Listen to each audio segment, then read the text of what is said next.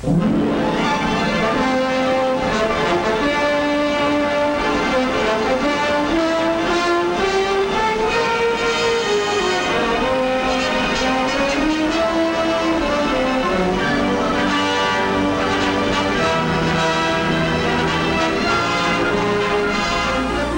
locked doors in almost 100 General Motors plants throughout the country lie thousands of secrets, military secrets that Hitler would give his best panzer divisions to know. For in these plants is being designed and built a large part of the avalanche of weapons that will break the back of the Axis. Training men for the tremendous job of making, using, and maintaining the tools of war is of primary importance as General Motors makes victory its business. Production mounts and new blood is added. Girls and women take their place in the line along with the men of industry. New hands, new tools, new plants, working 24 hours a day, 7 days a week. For General Motors has undertaken to produce more than 10% of all war material fabricated from metal. Thousands of workmen in 4 GM divisions turn out machine guns on a mass production basis. Output is months ahead of schedule. And above the clattering death sting of machine guns will also sound the loud cough of cannon, anti-aircraft cannon, rapid-fire cannon. Each will carry with it the perfection and endurance of General Motors workmen. Trucks that are the workhorses of today's mechanized forces are sent by GM workers to every part of the world where there is action, where they are needed to win our fight. Trucks to keep our armed forces rolling on to Tokyo and Berlin. A word for power is diesel. Power for submarines, for military searchlights, for tanks that rumble through all obstacles into battle. This diesel power comes from 3 General Motors plants. Power in 1-cylinder portable units, in giant 16-cylinder engines, and in new and radically different diesel engines. Keep 'em firing. That's the slogan in GM plants where they are making shells and cannon that are now being used by our fighting forces, making them better and faster than anyone has ever made them before. In another General Motors division, thousands of workers are turning out cartridge cases for shells that are bursting in the faces of the enemies of freedom. Time is important, and General Motors has cut time 50% with a new process of casting parts for guns, tanks, and planes. The mechanized gear for war is born in cauldrons of molten metal. Machine gun mounts for the Army's new high-speed tanks have taken the place of peacetime products by General Motors. And instruments of uncanny precision, now manufactured by GM men and women, help to aim the demolishing gunfire of land and sea batteries. Roller bearings make our gigantic war machine run smoothly. Roller bearings for military trucks and diesel engines. Smaller bearings that ensure clock-like performance of delicate instruments. Bearings for America's mightiest battle wagons and for sleek sky fighters to keep them sailing, rolling, and flying on to victory. Machine tools, the master tools of industry and of victory, are made at a constantly increasing rate. GM radios are also a must to flash the commands of combat to tanks, planes, and every vehicle of war. General Motors' liquid-cooled engine powers Army's newest planes. The P-39, the famous cannon on wings, and the speedy P-38 are given the power to outfly anything on wings. 2 General Motors divisions are turning out air-cooled airplane engines, turning them out with the same know-how, the same mass production methods that went into the making of automobiles. In the first quarter of 42, 1 division turned out as many of these power plants as the production schedule called for by the whole first half of the year. And production is still stepping up at a rate that will soon put it a full 12 months ahead of the original schedule. Bombers to blast the way for our fighting forces. Parts and sub-assemblies for the famous B-25, the bomber with a reputation for giving Tokyo the first taste of its own medicine. In cooperation with the aircraft industry, General Motors has pioneered in applying mass production methods to the manufacture of aircraft. Work goes on day and night under the deft fingers of General Motors men and women. They are producing an avalanche of weapons for victory in General Motors manufacturing centers all over America.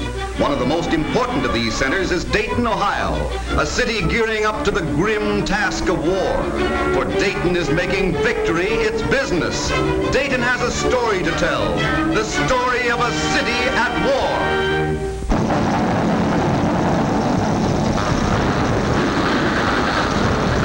Yes, the people of Dayton make the implements of war. Dayton men and Dayton women put the guns, the ships, the planes, the tanks, the armored cars, and the bombs in the hands of American soldiers. For Dayton people play the mighty drama of war. Great factories in Dayton, with their men and women and machines and skill in mass production, produce the tools of war in ever-increasing numbers. Men and women in the plants of General Motors in Dayton are arming America. This is Dayton, its workers, its machines, its plants, its management, giving land, sea, and air forces the tools with which to fight for victory. The men and women of these plants in Dayton put 1,000 parts in fighting planes, big parts and little parts, vital parts, from landing gear to propeller, from controls to engine. The people of Dayton make the bomb releases, make the hydraulic parts that open bomb doors, make the fuses that set off the kiss of death, a gift from Mr. and Mrs. Dayton straight to the enemy. These are the tools we give our men somewhere over enemy lands, turning back the tide of tyranny and hate. We make parts for terrors of the sea, bearings, generators, parts for diesel engines that power Navy's might. We of Dayton, from our great plants, send out the guns to fighting men, big and little guns with which they terrorize and hold, drive back and win.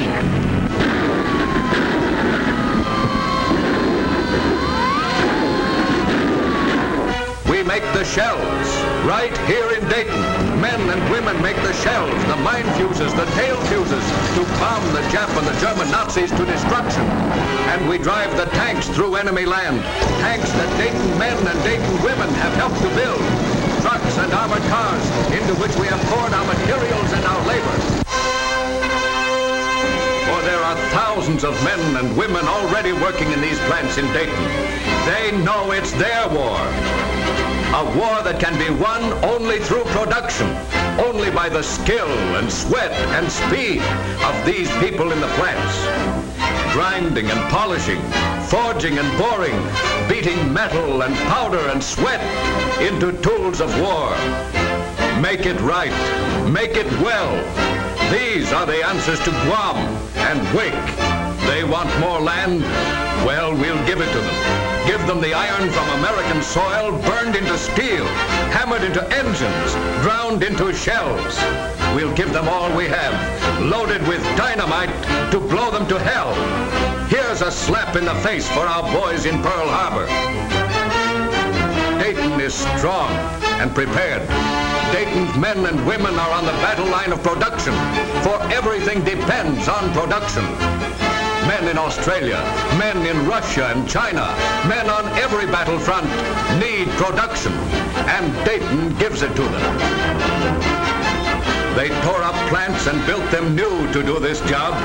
They built new machines, trained more men, ordered, installed, turned on the power, and Dayton is doing the job, making guns and tanks and planes and shells for America's victory. These workers in these great plants are the miracle men and women of production. They're doing the job well, putting their skill and sweat and machines into speedy production of tools for our fighters on land, sea, and air. A tank will win another 100 yards of ground from Hitler. A gun will send another Jap plane to its death. A shell will blast an enemy trench or a submarine. A propeller will pull an American plane over its objective and pull it home again. The men in khaki and blue need the things we produce in Dayton, and every part of every implement of war must be built to do its part. There shall be no failure. These are the tools of victory. It is the sweat of the workmen that wins this war. It is the products of these miracle men in a miracle industry. The industries of Dayton and the men and women of Dayton are fighting this war on the production line. It's a big job, and they move up to it, march into it, put their brains and brawn and fingers into it. It's a big job, and they're doing it. March forward, Americans, citizens of Dayton. Every man and woman in every walk of life is behind the thousands of workers in these plants. March forward. Soon there'll be thousands more marching with you.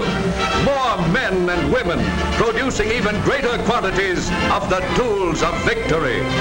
More men and women than ever before, producing for a war that will conserve our way of life.